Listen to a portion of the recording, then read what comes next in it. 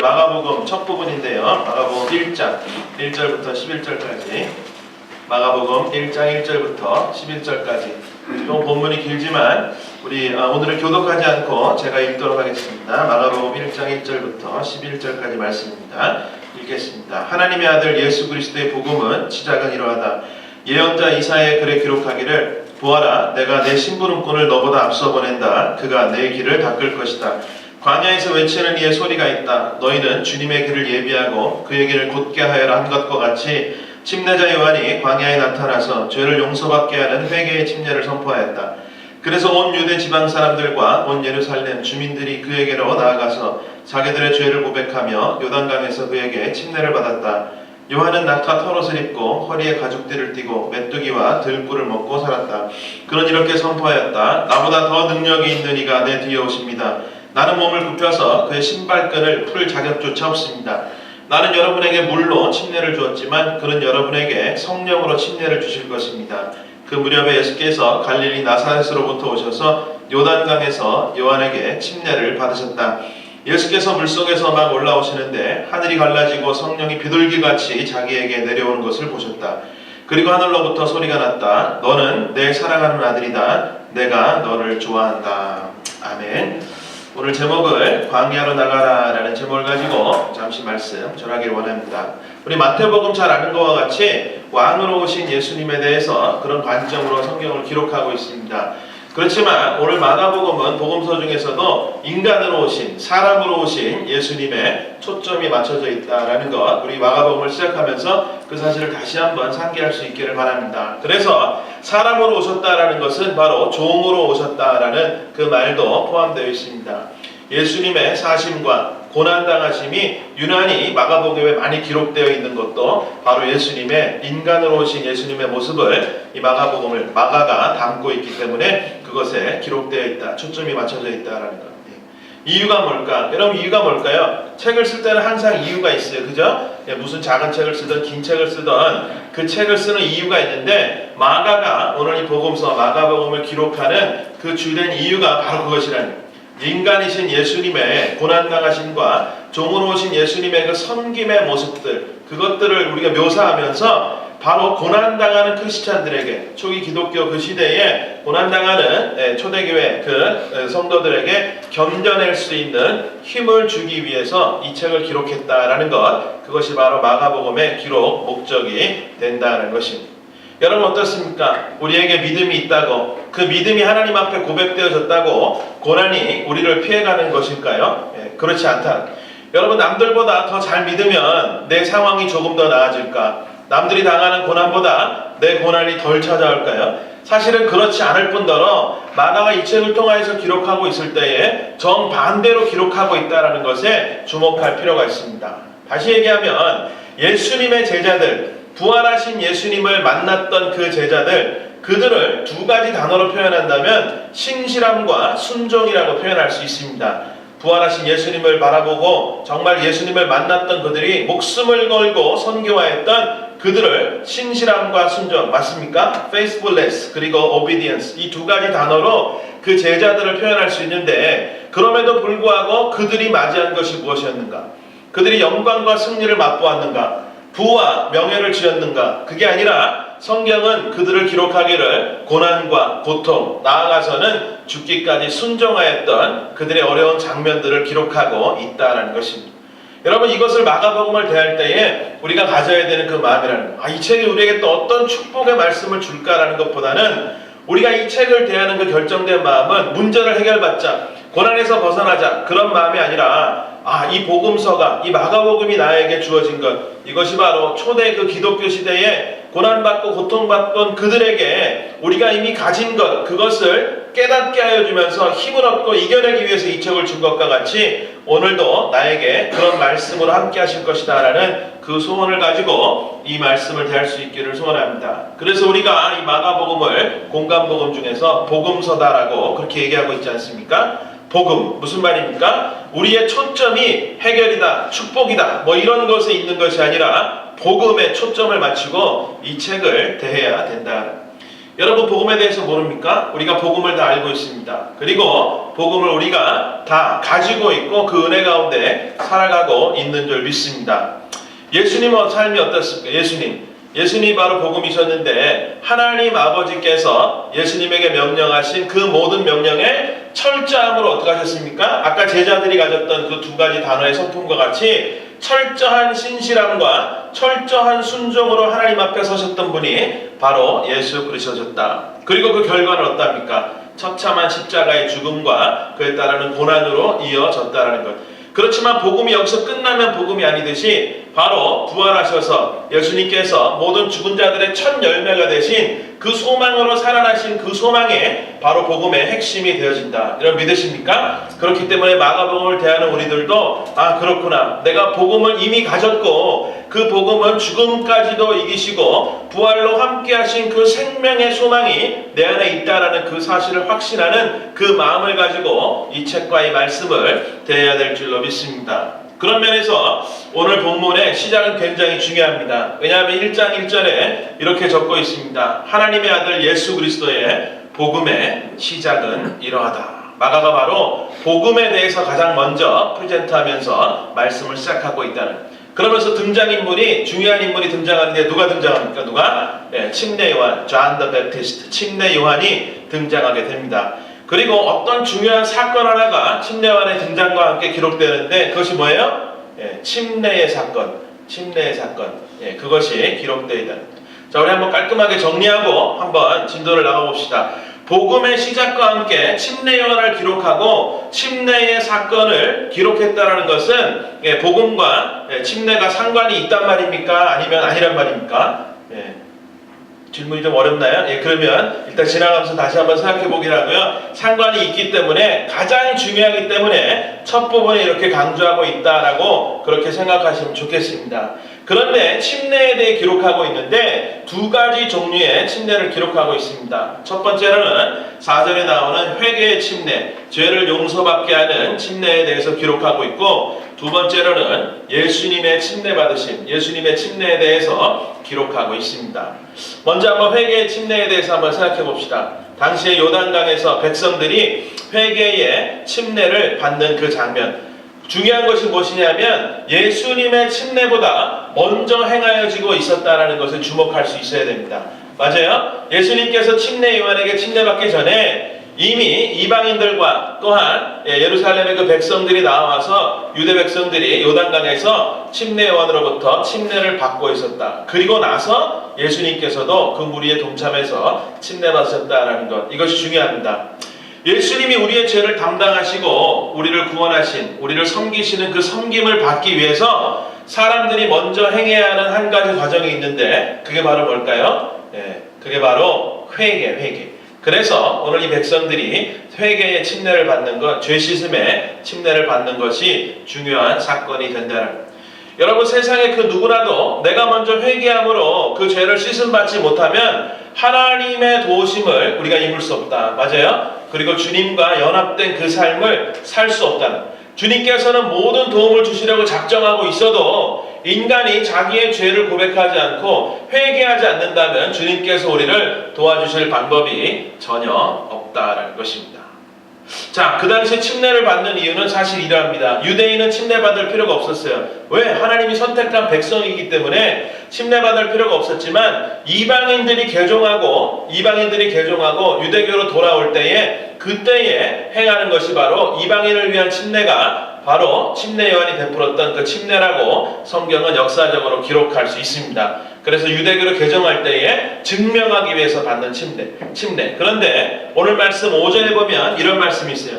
그래서 온 유대 지방 사람들과 온 예루살렘 주민들이 그에게로 나아갔다. 그렇게 얘기합니다. 무슨 말이냐면 이방인들 뿐만 아니라 누구까지도 침례 요한에게 나갔다고 얘기합니까? 유대인들도 요단강으로 몰려나와 침례 요한에게 침례를 받고 있는 장면이 오늘의 말씀입니다. 그리고 광야에서 무엇을 외쳤나? 회개해야 된다. 예외 없이 모두가 죄인이다. 죄 씻음을 받아야 된다라고 목청껏 외쳤던 그 사람이 바로 침례 요한의 메시지가 되어집니다.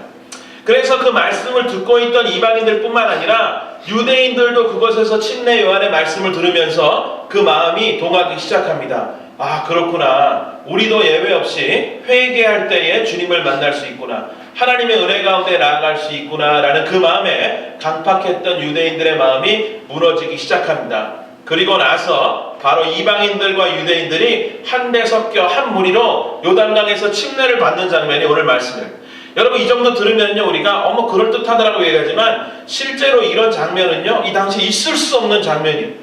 월요일날 우리 지방회를 할 때 어떤 그 주이시들을 위한 선교 사역을 하는 목사님께서 오셔서 선교 사역에 대해 말씀하십니다. 그래서 그 아랍계, 중동계, 그 다음에 그 팔레스타인 지역에서 예수를 믿은 그 유대인들하고 그 다음에 유대인들, 주이시들이 개종해서 예수를 믿은 그 사람들을 모아놓고 한 자리에서 100명을 초청해서 선교 대회를 했다는 거예요. 그래서 아름다운 이 평화의 광경이 펼쳐지겠구나. 그랬는데 놀랍게도 그 모인 사람들이 서로 같이 앉아서 밥도 먹지 않는다는 거예요. 지금 예수님 오시고 2000년이 지난 이 시대에도 유대인들과 바로 팔레스타인 그 백성들, 이방인들, 출신들이 예수님을 궁히 믿지만 같이 앉아서 밥도 안 먹고 서로 싸우고 이러다가 한 무리가 벌떡 일어나서 우린 같이 못해요 이러고 나가버리고 그러는 일들이 그 모임 가운데 있었다라는 얘기를 들었습니다.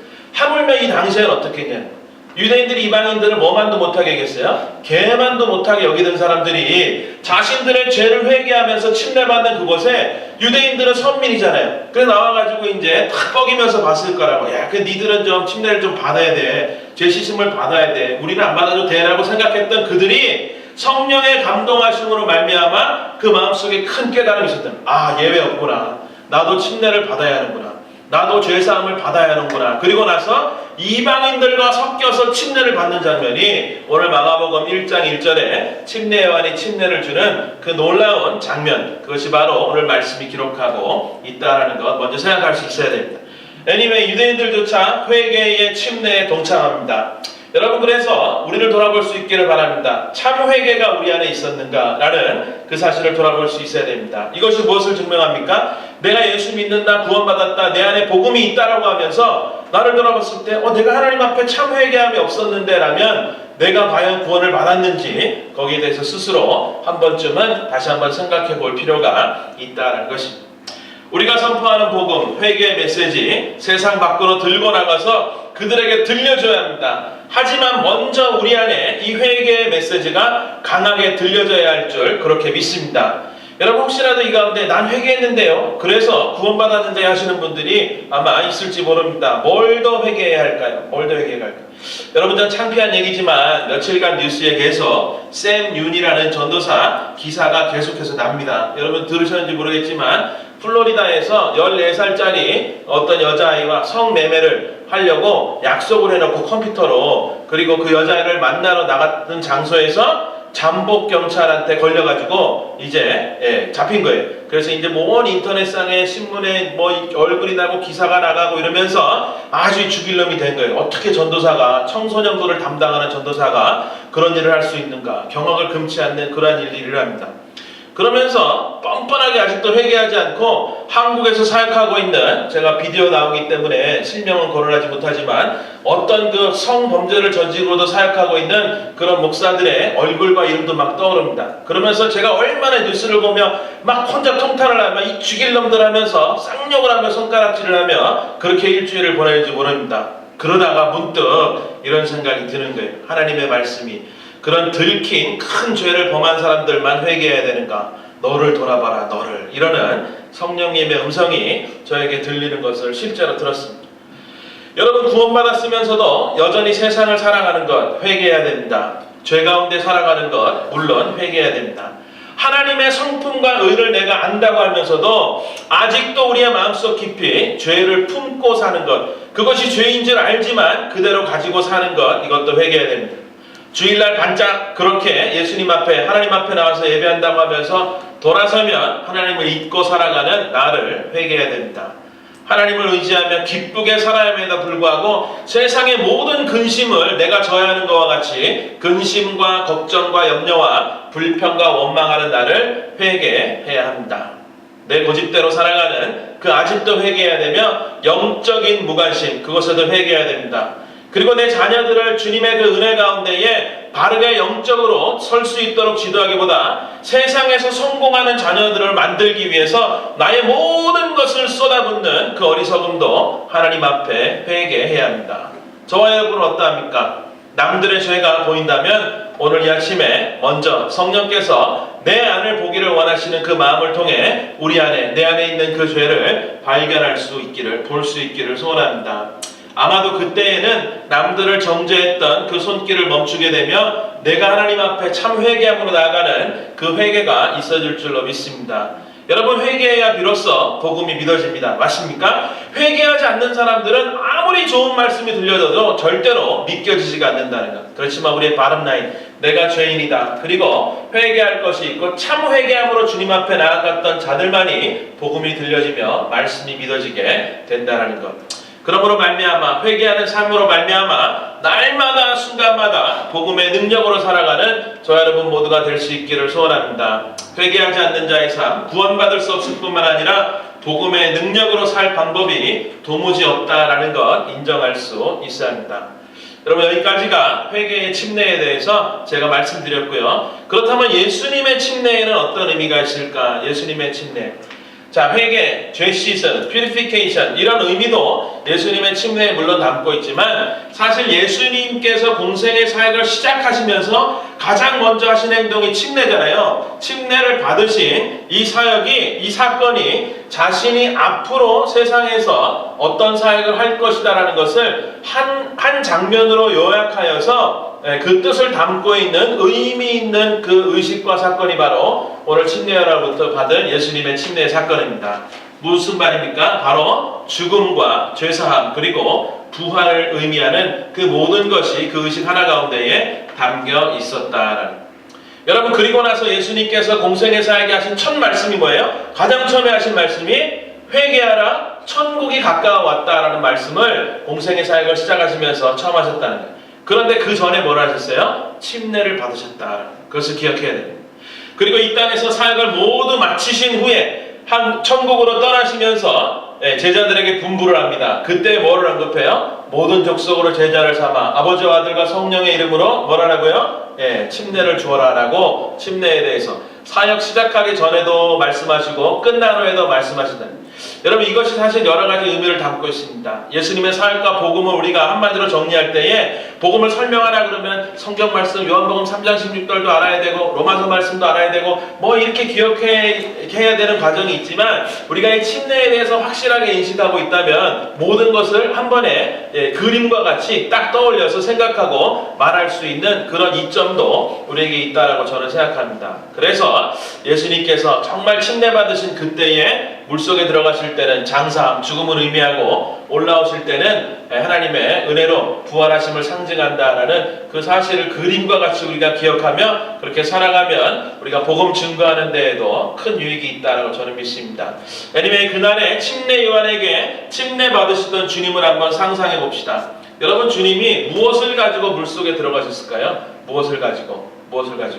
저는 이 시간에 한번 우리가 조용히 그 요단강으로 한번 여행을 떠나볼 수 있기를 바랍니다. 우리가 뭐 성지순례 한번 다 같이 가면 좋겠지만 그러지 못한 지금에도 우리가 상상으로는 뭐 뭔들 못하겠습니까? 그래서 그 요단강을 한번 상상하면서 침례 요한이 거기 있는 거예요. 그리고 예수님께서 많은 군중들 거기에 둘러싸여서 이제 예수님께서 침례 요한에게 침례를 받으시는 그 장면으로 한번 여행을 떠나보자는.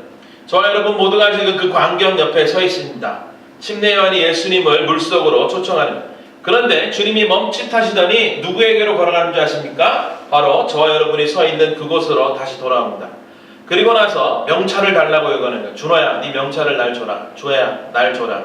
여러분, 그러면서 우리의 가슴을 돌아보니까 우리 가슴에 명찰 하나씩을 다 달고 있는 거예요. 거기 뭐가 적혀 있을까요? 뭐가 적혀 있어요? 이전에 지었던 또 앞으로 지을 그 추악한 죄악의 목록들이 샅샅이 적혀 있는 명찰이 우리 가운데 하나씩 다 적혀 있는. 그때 예수님께서 한마디 하시는 거예요. 준호야, 그 목록 지우지 않고는 하나님 나라에 들어갈 수 없단다. 도영아, 너도 마찬가지. 그 순간 우리가 어떨까요? 화들짝 놀랄 거야. 아마 내가 그 장면에 있었다면. 왜? 아니, 이런 게 나에게 써 있었네. 여러분 어떻게 하시겠습니까? 이 명찰을 뒤집든지 떼든지 지우든지 버리든지 별 난리를 치지 않겠냐라는 것입니다. 그런데 주님께서 그런 우리를 보시면서 뭐라고 얘기하세요? 괜찮다. 그냥 나에게 다오. 라고 얘기하시면서 그 목록은 보지도 않으신 채 명찰을 싹 걷어 모아서 그것을 가지고 어디로 들어가요? 물속으로 들어가시는 것. 여러분, 이게 바로 예수님이 받으셨던 침례의 의미가 됩니다. 여러분, 그 예수님께서 주셨던 그 명찰에 누구의 명찰도 들어있어요? 내 명찰도 들어있고 임준호 전사님 명찰도 들어있고 우리 모든 사람들의 그 죄악의 목록을 가지고 예수님께서 웃으면서 그 몸속으로 물속으로 기꺼이 들어가신 사건, 그것이 바로 침례요한에게 침례받으신 예수님의 침례의 사건입니다. 그리고 앞으로 일어날 일, 십자가 사건을 예표합니다. 하나님의 반응이 어떻습니까? 하늘이 열어지면서 그 순종의 첫 발을 떼시는 예수님을 축복하고 있는 것이 10절의 말씀. 물속에서 막 올라오는데 하늘이 갈라지고 성령이 비둘기같이 자기에게 내려오는 것을 보셨다. 마가복음은 이 복음서는 복음을 이렇게 뜨겁게 소개함으로 이 책을 시작하고 있습니다. 누구의 얘기입니까? 2000년 전에 예수님께서 그저 한 장면에 침례받은 장면으로 그치는 사건이 아니라 바로 저와 여러분 모두가 이 마가복음 1장의 주인공들이 되어진다는 그 사실을 잊지 않을 수 있기를 소원합니다. 이 마가복음은 남의 이야기가 아니라 바로 나를 위한 이야기이며 이 복음은 남을 위한 복음, 그 이방인들과 유대인을 위한 복음이 아니라 바로 나를 위한 복음이었다라는 그 사실에 다시 한번 감격할 수 있는 이 마가복음이 될 수 있기를 축복합니다. 여러분, 마지막으로 한 가지만 말씀드리고 마치려고 하는데요. 여전히 이 수많은 회개를 요구하는 메시지가 오늘 이 강단에서 뿐만 아니라 세상의 수많은 교회들에서 수없이 외쳐짐에도 불구하고 사람들이 돌아오지 않는 이유가 무엇일까? 도대체 왜 회개하라 그래도 회개하지 않고 돌아오지 않을까? 그래서 그것을 이해하려면 오늘 말씀에 이 모든 일이 일어난 곳이 어디인지를 눈여겨봐야 합니다. 여러분, 어디입니까? 요단강가이며 이것을 한마디로 얘기하면 광야다라고 이야기할 수 있습니다. 오늘 성경은 침례요한을 묘사합니다. 무엇을 입고 있어요? 약대 털옷, 개혁 성경에는, 그리고 세번역에는 낙타 털옷을 입었다. 그리고 메뚜기와 들꿀을 먹고 사는 침례요한에 대해 묘사합니다. 다시 얘기하면 광야도 보통 광야가 아니라 사람들이 모여서 사는 곳에서 아주 동떨어진 곳에 있는 그 먼 광야 땅에서 이 침례 요한이 거주하고 있었다라는 것을 생각할 수 있습니다.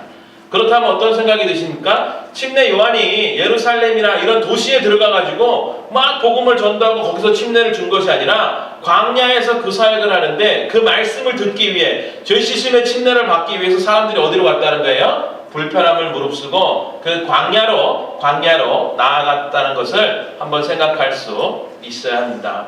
그렇습니다. 우리도 하나님의 은혜를 경험하기 위해서는 내가 있는 그 자리에서 하나님의 은혜가 찾아오겠지 기다리는 것이 아니라 나를 부르시는 그 광야가 어디일까? 비록 불편하고 어렵고 힘든 곳이라 할지라도 내가 스스로 그것까지 찾아갈 수 있는 그 노력이 우리에게 필요하다는 것을 한번 생각해 볼 수 있어야 됩니다. 여러분, 오늘 말씀 11절까지 읽었는데 12절 다음 주에 보겠지만 11절 말씀에 제가 평소에 보지 못했던 엄청난 말씀이 적혀 있습니다. 같이 읽어볼까요? 시작. 그리고 곧 성령이 예수를 광야로 내보내셨다. 제가 이 말씀 한 구절을 붙잡고요, 한 이틀 정도를 고민하며 묵상하며 막 그렇게 했던 것 같아요. 야, 내가 이렇게 마가복음 복음서 많이 읽었는데 어떻게 이 말씀이 요번에 이렇게 내 눈에 들어왔을까? 그리고 성령이 예수를 광야로 내보내셨다. 무슨 말씀이에요? 예수님께서 침례를 받으신 그 이후에 성령께서 더 깊은 광야로 예수님을 세우셨다는. 예수님 침례를 받고 이제 준비가 됐다 그리고 예루살렘으로 들어간 것이 아니라 더 깊은 광야로 내보내셔야만 했다. 여러분, 그렇습니다. 우리도 이제 광야로 나아가야 하는데 우리 가까운 근처에 가장 이 광야라면 어디가 제일 광야 같을까요? 뭐 팜스프링 이런 데가야 광야일까요? 우리 제일 멀리서 오는 수진담의 산버나디노 거기 가다 보면 거기 순 광야죠? 뭐 이 광야 뭐 그런 데를 나가야 할까요? 여러분, 사실 우리가 이 말씀을 통해서 한 가지만 마음속에 정리하고 말씀을 마치면 좋겠습니다. 내가 있는 자리에서 하나님이 오시도록 내가 그 어떤 행위들 비는 것이나 이런 마음들을 멈출 수 있기를 바랍니다. 그래서 내가 정말 뭔지는 모르지만 나도 광야로 나아가야 주님을 만날 수 있겠구나라는 그 사실을 다시 한번 생각해 볼 수 있어야 됩니다. 여러분, 아무도 살지 않는 것이 광야입니다. 그리고 아무도 만날 수 없는 것이 광야이고요. 영적인 일이 최고의 주제가 되는 그것이 바로 광야입니다. 여러분 그런 광야에 가보신 적이 있습니까? 광야에 가보신 적이 있어요? 예.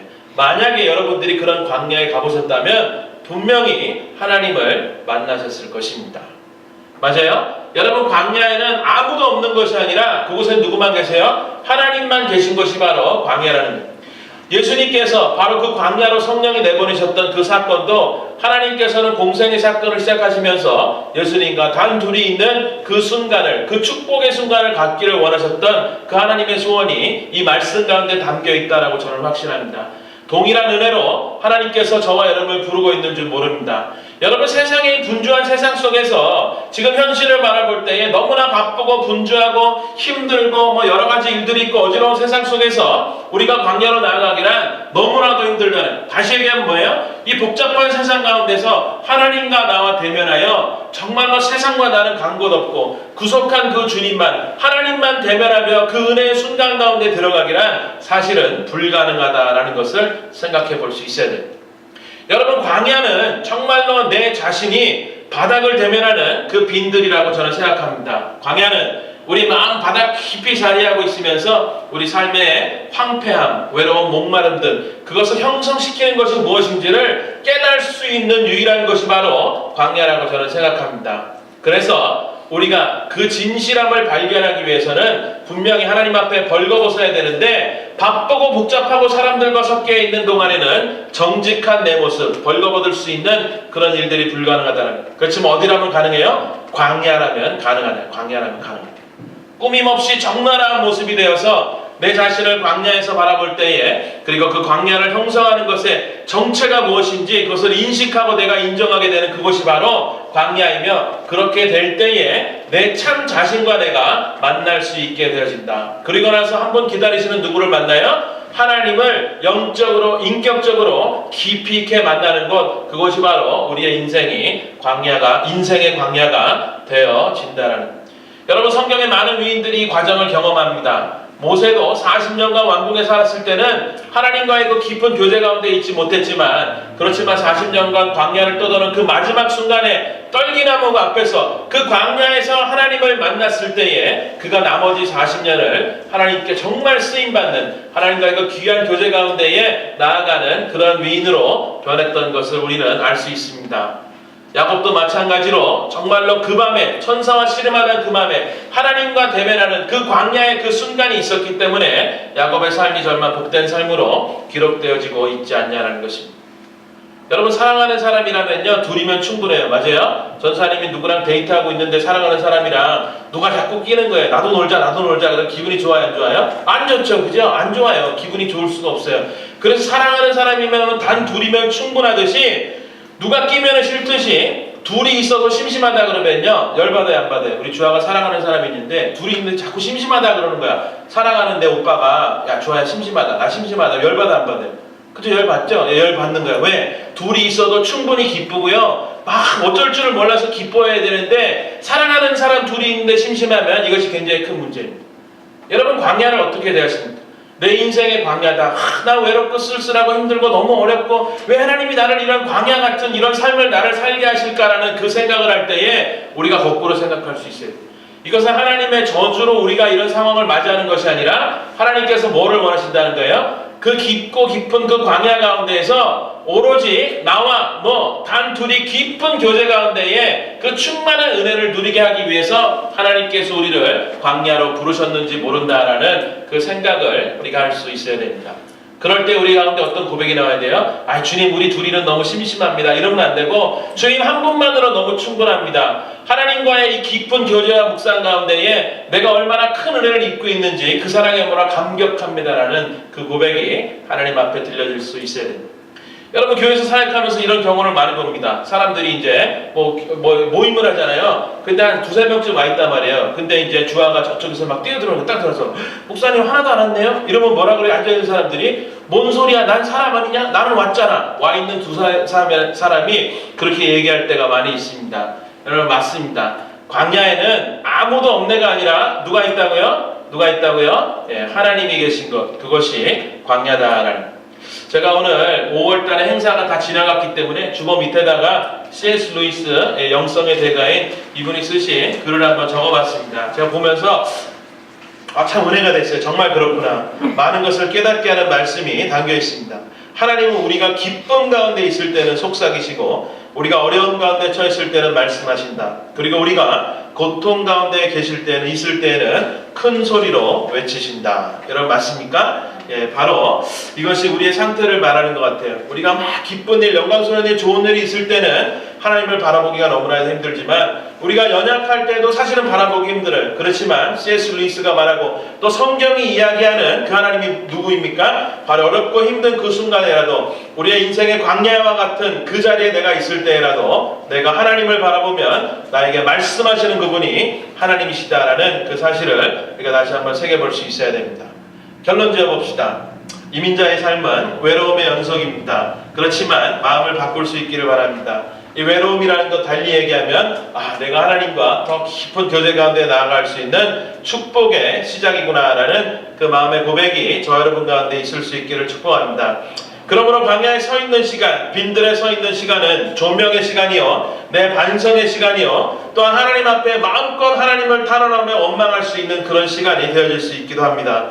그래서 내가 참 자유하기 위해서는 나 홀로 하나님을 대면하는 이 광야의 순간이 우리에게 분명히 있어야 합니다. 그래서 그 유대인들과 이방인들이 그 침례를 받으러 말씀을 들으러 그 광야로 어렵지만 힘들지만 땡볕을 무릅쓰고 찾아갔던 것과 같이 우리도 하나님과의 깊은 만남을 위해 우리도 그렇게 한 걸음 한 걸음 그 광야로 나아갈 수 있기를 축복합니다. 여러분 이곳으로 나아가려면요 세상을 그 순간만이라도 등지지 않고는 갈 수 없습니다. 그래서 한 가지만 생각하면 돼요. 나에게 등져야 하는 세상이 무엇인가? 뭘까요? 나의 바쁨일 수도 있고 어떤 사람에게 학업의 문제일 수도 있고 경제적인 문제 또한 사업, 자녀일 수도 있습니다. 그렇지만 그 어떤 것이라 할지라도 내가 그 광야로 나아가 정말 하나님을 깊이 묵상하는 가운데에 하나님을 만나는 일이 가장 최우선이라고 내가 믿는다면 이 모든 일들을 한 번쯤은 등질 수 있는 그런 결단이 저 여러분 가운데 있기를 소원합니다. 억울하십니까? 이거 세상을 등지는 게 억울하세요?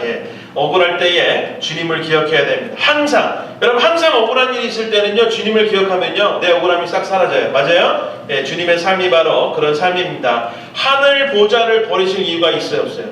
그 높은 영광 하늘 보좌를 버리실 필요가 없는 그분이 광야로 내려오셨다는 그 영광의 보좌를 등지고 광야로 내려오셨어요. 이유가 뭐예요? 우리를 사랑하셨기 때문에. 하나님의 그 놀라운 사랑의 그 역사를 이루기 위해서 주님께서 스탑! 내 영광의 자리를 나를 멈추고 광야로 나아간다 결단하셨다. 주님이 그렇게 하셨다면 우리도 할 수 있어야 됩니다. 목사님 제 삶이 얼마나 공고한 줄 아세요? 내가 얼마나 문제가 많은 줄 아세요? 얼마나 많은 문제들이 나를 괴롭히는 줄 아세요? 다 알아요. 그리고 모른다 할지라도 더 큰 문제들이 우리에게 있다 할지라도 그럼에도 불구하고 우리 어디로 나가야 됩니까? 하나님을 만나는 그 장소로 분명히 나아갈 수 있어야 합니다.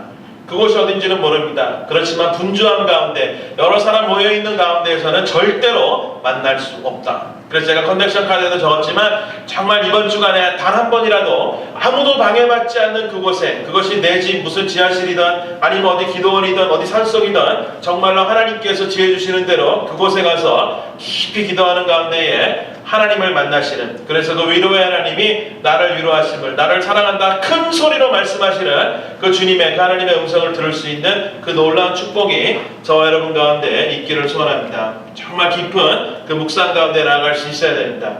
나 있는 곳으로 하나님을 부르시는 그 일을 멈추겠다. 그리고 하나님이 계시는 그곳에 내 발걸음을 띄겠다. 이 결단이 우리 하나님을 기쁘시게 해드리는 줄 믿습니다. 복음서를 지금 대하고 있습니다. 좋은 소식의 시작은 무엇이라고요? 바로 광야에 하나님을 향해 나아가는 내 발걸음으로부터다. 이 사실을 기억하며 하나님 앞에 온전히 한 걸음 더 나아가는 저 여러분 모두가 되시기를 주의 이름으로 간절히 축원합니다. 같이 한번 기도하겠습니다. 이 말씀을